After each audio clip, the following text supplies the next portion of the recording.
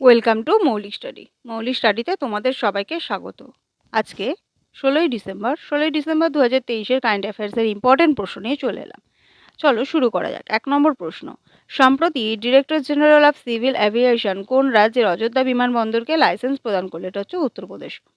একটি উল্লেখযোগ্য উন্নয়নে director general of civil aviation Ayodhya বিমানবন্দরের জন্য একটি অ্যারোড্রোম লাইসেন্স মঞ্জুর করেছে, যেটা 30শে ডিসেম্বর এটা উদ্বোধনী ফ্লাইটের পথ প্রশস্ত করলো। এয়ারপোর্ট অথরিটি অফ ইন্ডিয়া 350 কোটি টাকা ব্যয়ে এটি নির্মিত হয়েছে।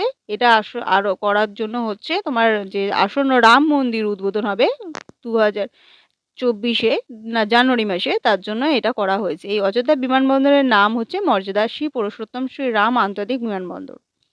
কালকেও আমরা উত্তরপ্রদেশ সম্বন্ধে একটা যে প্রশ্ন পড়লাম, এখানে টোটাল 9টি বিমানবন্দর নতুন হতে চলেছে।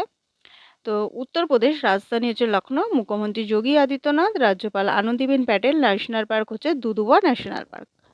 পরের প্রশ্ন 2 নম্বর, সম্প্রতি হিন্দুস্তান কোকোকোলা বেভারেজ কোন রাজ্যের সাথে 3000 কোটি টাকার একটি সমঝোতা স্মারক স্বাক্ষর করতে চলেছে? এটা হচ্ছে গুজরাট। হিন্দুস্তান কোকোকোলা বেভারেজ গুজরাট রাজ্যের সাথে একটি সমঝোতা স্মারক বা মৌ স্বাক্ষর করছে, যা 3000 কোটি টাকার বিশাল বিনিয়োগ। এই স্ট্র্যাটেজিক পদক্ষেপটি 2026 সালের মধ্যে রাজকোটের জুস এবং এরেটেড পানীয়গুলির জন্য একটি অত্যাধুনিক প্রোডাকশন ফ্যাসিলিটির প্রতিষ্ঠা করবে। এই সমঝোতা স্মারকটি একটি অত্যাধুনিক প্রোডাকশন ফ্যাসিলিটি তৈরিতে এই সিসিবিকে প্রতিশ্রুতি করছে, যাতে গুণমান এবং উদ্ভাবনের ওপর ফোকাস করা হচ্ছে। গুজরাট রাজধানী গান্ধীনগর, মুখ্যমন্ত্রী ভূপেন্দ্র ভাই প্যাটেল, রাজ্যপাল পাল হচ্ছে আনন্দ আচার্য দেবব্রত। ন্যাশনাল পার্ক হচ্ছে blackbuck national park, Gir forest national park, marine Gulf of Kutch park এবং ভাস্তা ন্যাশনাল পার্ক। পরের প্রশ্ন 3 নম্বর, সম্প্রতি জলবায়ু পরিবর্তনে জাতিসংঘের ফ্রেমওয়ার্ক কনভেনশন 28তম কনফারেন্স অফ পার্টিস মানে COP28 কোন সিদ্ধান্ত নিয়েছে? এটা হচ্ছে UAE কনসেনসাস। জলবায়ু পরিবর্তন সম্পর্কিত জাতিসংঘের ফ্রেমওয়ার্ক কনভেনশনের যে 28তম কনফারেন্স COP20 এটি যুগান্তকারী সিদ্ধান্ত নিয়েছে UAE কনসেনসাস।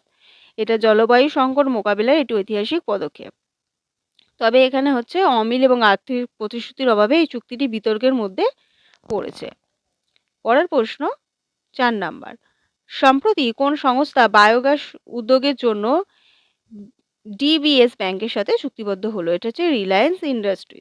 সাস্টেনেবল এবং গ্রিন এনার্জি সলিউশনের প্রচারের দিকে একটি উল্লেখযোগ্য পদক্ষেপ স্বরূপ রিলায়েন্স ইন্ডাস্ট্রিজ কৃষক এবং এগ্রিগেটসদের লক্ষ্য করে একটি অর্থায়ন কর্মসূচি প্রতিষ্ঠা করে ডিবিএস ব্যাংকের সাথে একটি পার্টনারশিপ তৈরি করছে। এর প্রাথমিক উদ্দেশ্য হলো ফসলের অবশিষ্টাংশ কার্যকরভাবে পরিচালনা করে এবং এটি কম্প্রেসিভ বায়োগ্যাস সিবিজি উৎপাদনে ব্যবহার করবে। রিলায়েন্স ইন্ডাস্ট্রিজ এটা হচ্ছে নন ফসিল ফুয়েল নিয়ে গবেষণার ক্ষেত্রে শীর্ষস্থানীয় একটা সংস্থা। এটা হচ্ছে একটি দেশের বহুজাতিক সংস্থা, সদর দপ্তর মুম্বাই, মালিক হচ্ছে মুকেশ আম্বানি, প্রতিষ্ঠাতা হচ্ছে ধীরুভাই আম্বানি এবং প্রতিষ্ঠা হয়েছিল 1957 সাল মহারাষ্ট্র। আর ডিবিএস ব্যাংক এটা হচ্ছে একটা সিঙ্গাপুরের বহুজাতিক এবং আর্থিক কর্পোরেট ব্যাংক, সদর দপ্তর সিঙ্গাপুর, সিইও হচ্ছে পীযূষ গুপ্ত, প্রতিষ্ঠাতা হচ্ছে সিঙ্গাপুর সরকার, প্রতিষ্ঠা হয়েছিল 1968 সাল। পরের প্রশ্ন 5 নম্বর, সম্প্রতি মার্শারের সমীক্ষাতে জীবনযাত্রার গুণমানের দিক থেকে কোন ভারতীয় শহর স্থান পেয়েছে? এটা হচ্ছে পুনে। ব্যবসার জন্য বিখ্যাত গ্লোবাল কনসালটেন্ট মার্শারের দ্বারা সম্প্রতি প্রকাশিত কোয়ালিটি অফ লিভিং ইন্ডেক্স 2023-এ পুনে ভারতের কোয়ালিটি অফ লাইফের হচ্ছে দ্বিতীয় সেরা অবস্থান অর্জন করেছে। এটা হচ্ছে হায়দ্রাবাদের ঠিক পরে। এর আগের র্যাঙ্কিং থেকে শহরটি উল্লেখযোগ্য উন্নতি হয়েছে। এটা হচ্ছে 154তম স্থানে রয়েছে।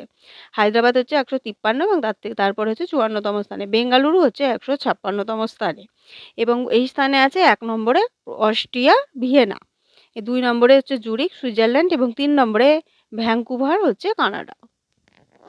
পরের প্রশ্ন 6 নম্বর, সম্প্রতি ইস্টার্ন আই কোন ভারতীয় অভিনেতাকে যুক্তরাজ্যের শীর্ষ 50 এশিয়ান সেলিব্রিটিদের তালিকায় স্থান দিয়েছে? এটা হচ্ছে শাহরুখ খান।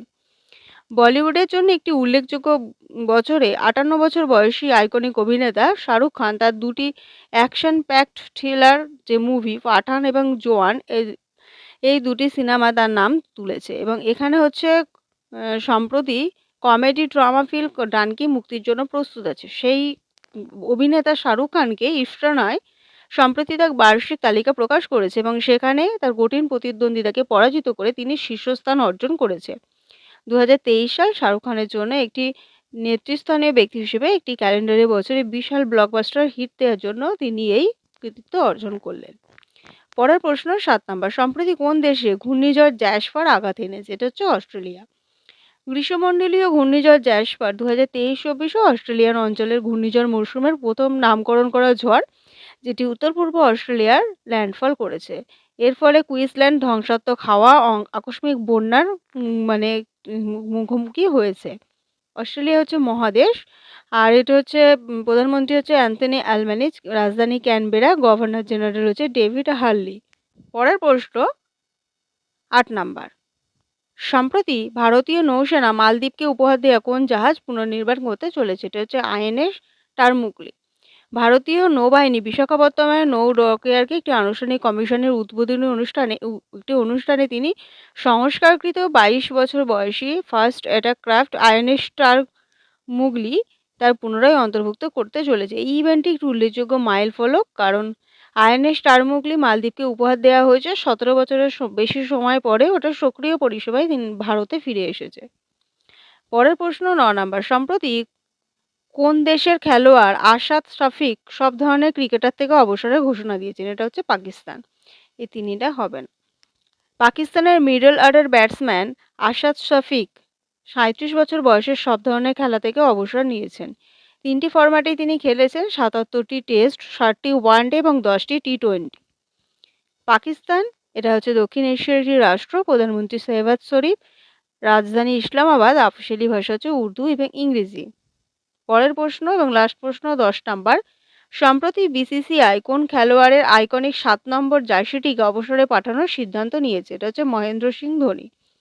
ক্রিকেটার কিংবদন্তির প্রতি শ্রদ্ধা জানানোর এটা একটা পদক্ষেপ।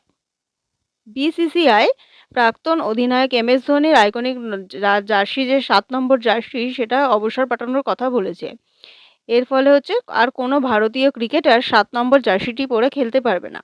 এর আগে এটা 10 নম্বর জার্সি এরকম একটা সিদ্ধান্ত নেওয়া হয়েছিল, সেই জার্সিটা খেলেছিল পরতেন হচ্ছে Sachin Tendulkar. BCCI the board of control for cricket in India, এটা হচ্ছে সদর দপ্তর মুম্বাই, রাষ্ট্রপতি রজার বিনি এবং প্রতিষ্ঠা হয়েছিল 1928 সাল। তো এই ছিল আজকে সমস্ত ডিটেলস। ভিডিওটা ভালো লাগলে লাইক করো, বন্ধুদের সাথে শেয়ার করো এবং চ্যানেলে নতুন হলে অবশ্যই চ্যানেলটি সাবস্ক্রাইব করো। আজকে এতটুকুই।